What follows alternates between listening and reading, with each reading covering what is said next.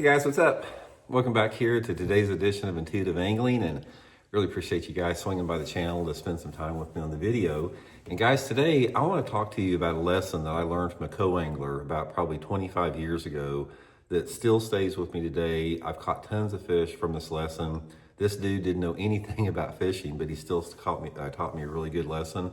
So I'm going to share it with you guys today, along with some other stories of co-anglers that have really helped me out unintentionally. These guys are co-anglers that didn't know much about fishing, yet they did some stuff that have really helped me catch a lot of fish. So we're going to dig into that in today's episode. So a little sleepy this morning, guys. I have been getting up so freaking early last week and finally had a chance to sleep in a little bit this morning. I'm filming this video on Saturday morning. Felt really good, so a little bit sleepy this morning here. Also, guys, two quick things I want to share with you before we get started on today's video. Right now, month of December, time of filming this video, guys, we're into jerkbait time. Guys, my favorite wintertime jerkbait you heard me talking about is this Megabass X nanahan plus 1 and the X nanahan plus 2. It's a little bitty finessey jerkbait, guys. This is my number one wintertime jerkbait. You've heard me talking about it. I'll put it in my Tackle Warehouse link in the description of this video. Just put it on 6 pound, excuse me, put it on 6 pound test line. Throw it around any main lake or secondary points in the lake you're fishing in the wintertime. Freaking deadly. Link in the description there of this video. And also, guys, Solar Bat has upped the sale that they had on my Signature Series glasses. Right now, you can get them at 50% off, half price. You get a free hard case from Solar Bat and free shipping and handling. I mean, you cannot beat that on my RB2s and RB3s. These are the RB2s here. So I'll put the Solar Bat link in the description if you want to get the best optical clarity lens on the market at 50% off. So appreciate that, guys. Okay, guys, let's get in a couple of these stories here. I'll tell you, I actually got 3 different stories I want to share with you guys about the lessons that these co-anglers taught me that really didn't know that much about fishing that still pick up on today. Okay, one of these I've related before, 2 that I haven't. I want to get into all 3 of them here because they're really good examples about how sometimes you think you know too much. I mean, as a pro angler, you know, a lot of times you don't think you can get taught much. And one thing that I have found out about bass fishing is that anybody can teach you something.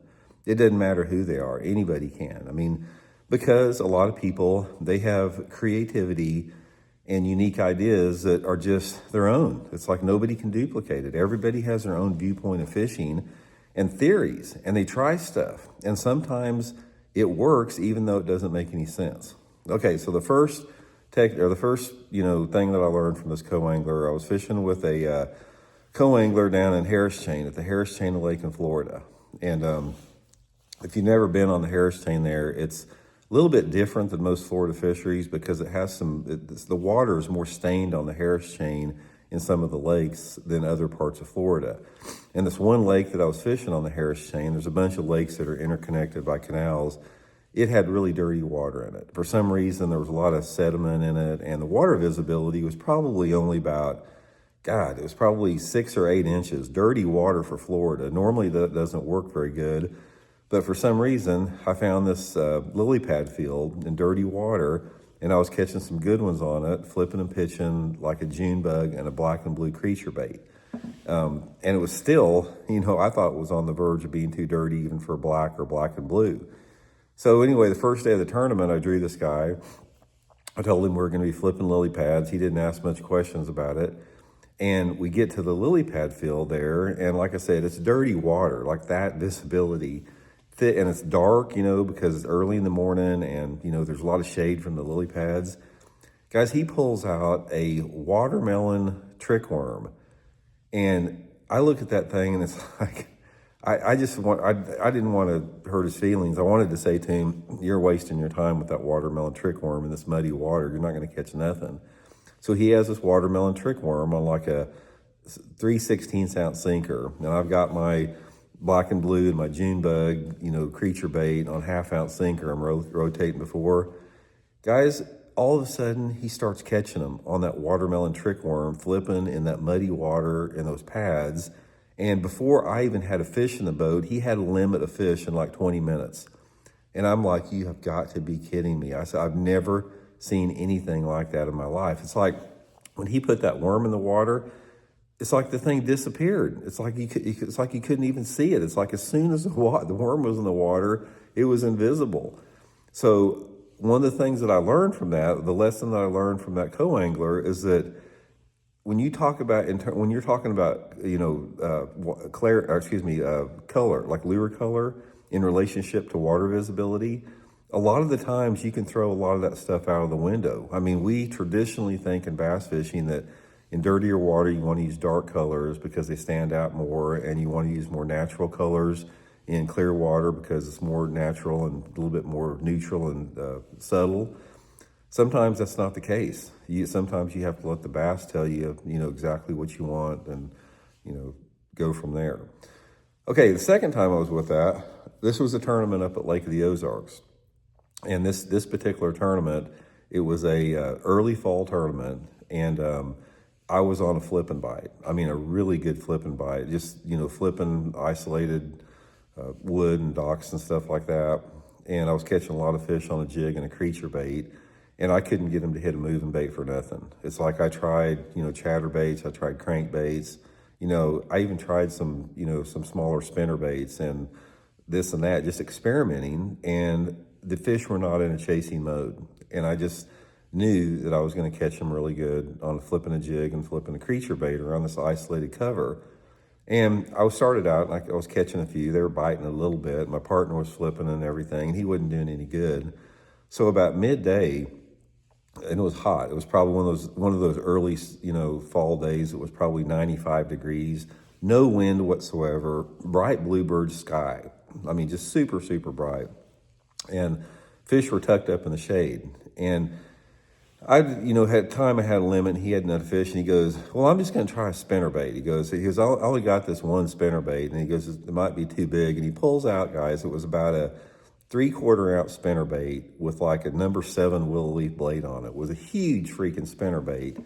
And we're only fishing in like 2.5 or 3 foot of water, bright bluebird sky, sunny conditions. Water visibility is not that dirty either. It's pretty decent clarity, and you probably had 2 foot of clarity or something like that, 1.5 foot of clarity. So it's, water was not dirty whatsoever. Guys, he pulls out that big honking giant spinnerbait in freaking 95-degree water, and he starts whacking them. He caught, like right off the bat, he caught a 5-pounder, he caught a 4-pounder, and these fish aren't in the shade. He's just like throwing them out there randomly. It's like, say for example, there'd be a lay down log in the water. He'd throw 4 or 5 foot away from it, and he'd catch a big one on it, and he wind up catching, I think he had 4 fish that day, and they weighed somewhere in the mid-teens or something. And I just thought about that. It's like, I never in a million years would have tried a big giant spinnerbait this time of year in that shallow water on a day like today, and not even trying to cast around the cover.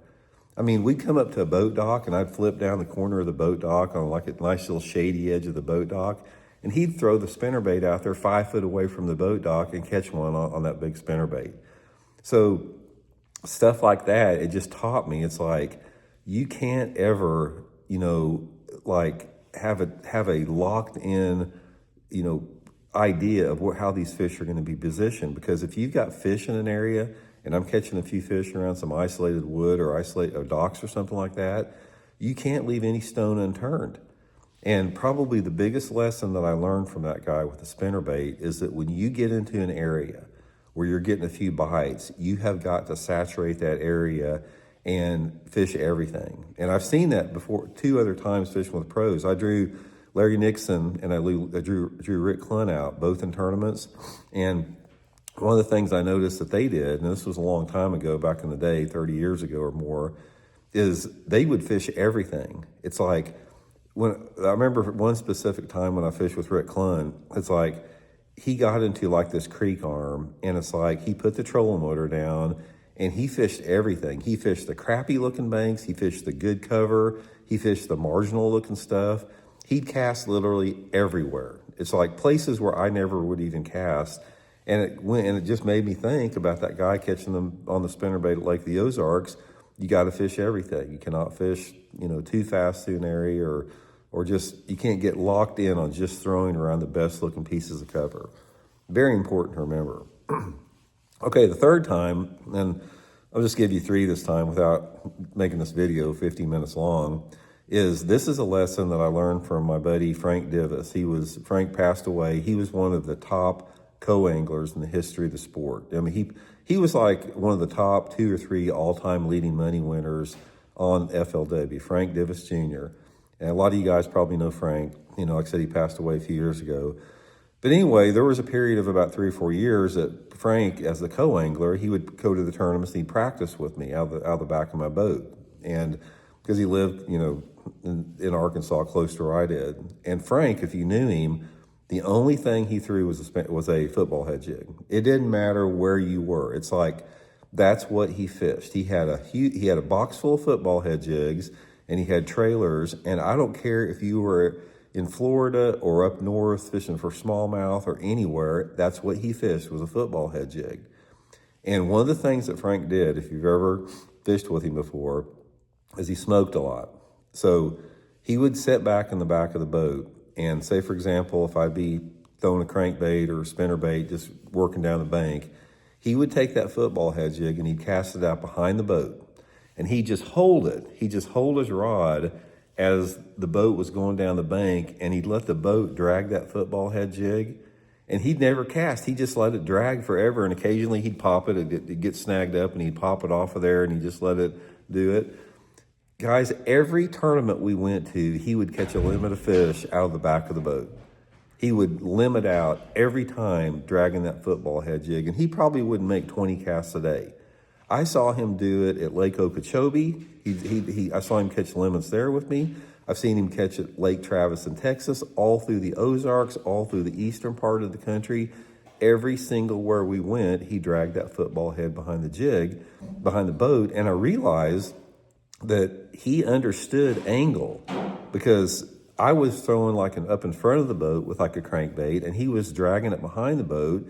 He was getting the exact same angle that I was getting, but from a different perspective. He was coming at the fish at the same angle I was, but from a different direction. And that's one of the lessons I've always tried to teach my co-anglers is stop throwing up in front of the boat. You know, fish straight behind the boat because you're getting the same angle. And I tell all my co-anglers the story about Frank a lot of times to help them out, but most people don't do it. They can't resist the urge of wanting to throw in front of the boat. But Frank, like I said, he was one of the all-time leading money winners, and that's exactly how he did. So it made me realize that the sensitivity that bass have to casting angles and direction that the bait is going in. It's really amazing watching the guy. But anyway, guys, that's just a few things I've learned from co-anglers that helped me out today, along with a lot of other stuff out there. You guys hear me dogging co-anglers quite a bit about how they fish, but I've made some great friendships with them, and I've learned a lot over the years, so just wanted to pass that along to you guys. So we'll talk later.